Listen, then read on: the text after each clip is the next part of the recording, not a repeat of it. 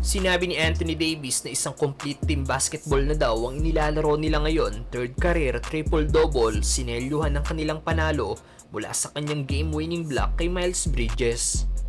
Nakuha nga po ng Lakers ang panalo para sa kanilang huling road games laban sa Charlotte Hornets sa skoro 124-118 at na-extend sa 3 winning streak ang kanilang panalo.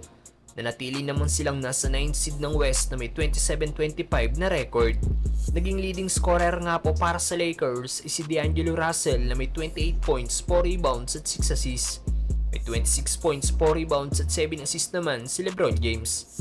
Mamaw naman si Anthony Davis na gumawa ng triple-double, 26 points, 15 rebounds at 11 assists na may kasama pang 3 blocks.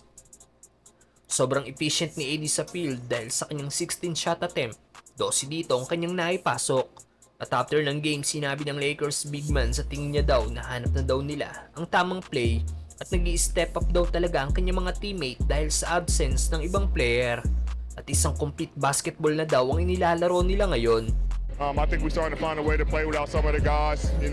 Guys are stepping up in their absence. So, we're just doing a good job of playing complete team basketball, and it's a great road trip for us. Narito ang ilan sa naging highlights ni Davis laban sa Charlotte Hornets. Ganda ng cleanup ni Davis mula sa miss layup ni D'Angelo Russell. Nice assist naman ang ginawa ni AD para sa nag-cut sa ilalim na si LeBron. Easy points by LBJ. Lapit naman ang pag-fake ni Davis sabay dakdak sa basket. Butata naman ang inabot ni Bridges kay Anthony Davis. Iwan naman ang depensa ni PJ Washington matapos mag-spin move si Davis.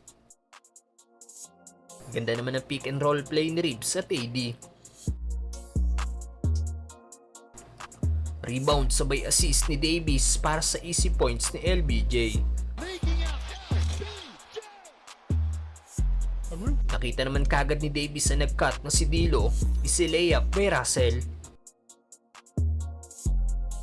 Inikutan na naman ni Davis ang kanyang defender para sa kanyang 200 dunk mula sa assist ni LeBron James.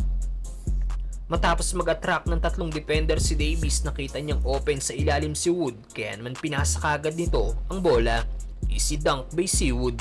Napangiti na lang din si AD sa kanyang ikasampung assist. Iba talaga ang LeBron Davis connection mga brother. Lupit din ang assist ni D'Lo kay Davis sa last 3 minutes ng laro. Clear na clear ang daan para sa dunk ng Lakers big man.